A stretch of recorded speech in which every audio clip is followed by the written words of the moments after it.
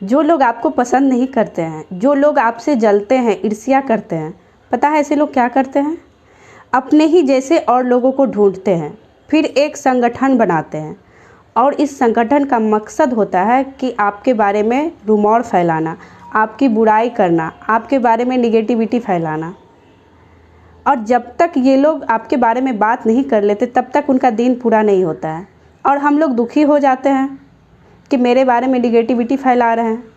बल्कि यहाँ खुश होना चाहिए, इसीलिए कि आप कितने इम्पोर्टेंट हैं उनके लिए, जो आपके वजह से उन लोगों को खुशी मिल रही है, आपके वजह से एक संगठन बना है और आपकी बातें हो रही है।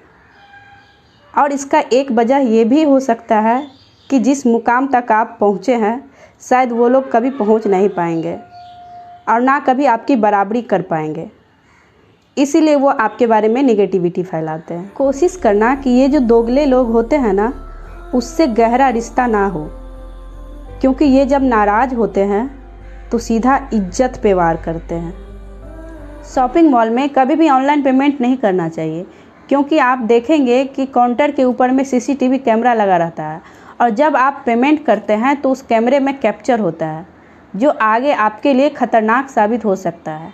इसीलिए शॉपिंग मॉल में कैश पेमेंट करने का कोशिश करें, ऑनलाइन का नहीं।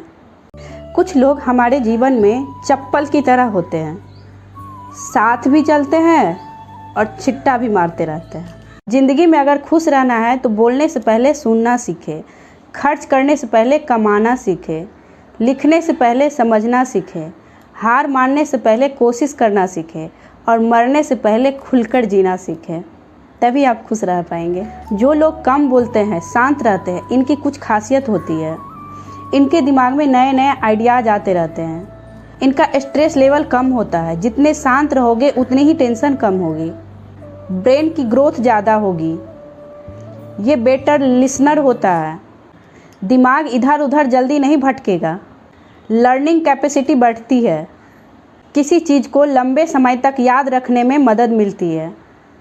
अगर कोई व्यक्ति 2 घंटे तक शांत रहता है तो उसके बॉडी में नए नए सेल्स बनते रहते हैं, इनकी स्लीपिंग क्वालिटी बेहतर होती है, इन्हें गुस्सा बहुत कम आता है, इन्हें जल्दी गुस्सा नहीं आता है, अगर फिर गुस्सा आता है तो दिक्कत है। कुछ रिश्ते ना किराए के मकान की तरह होते हैं, आप कितना भी सजा लो, कितना सुंदर से सजा लो, कुछ भी कर लो, कभी वो अपना घर नहीं होता है। उसी तरह कुछ रिश्ते भी ऐसे होते हैं, उसे आप कितनी ही अहमियत दे दो, कितना ही सब कुछ अपना सब कुछ दे दो, फिर भी वो कभी अपने नहीं होते हैं। जिसने बुरे समय में आपका साथ दिया, उस दोस्त का हमेशा कर्जदार और वफादार रहना, क्योंकि अंजाम की खबर तो कर्ण को भी थी, लेकिन बात तो दोस्ती निभाने की थी। इंसान आपको तब तक ही हर्ट कर सकता है जब तक आप उसे अपना समझते हैं।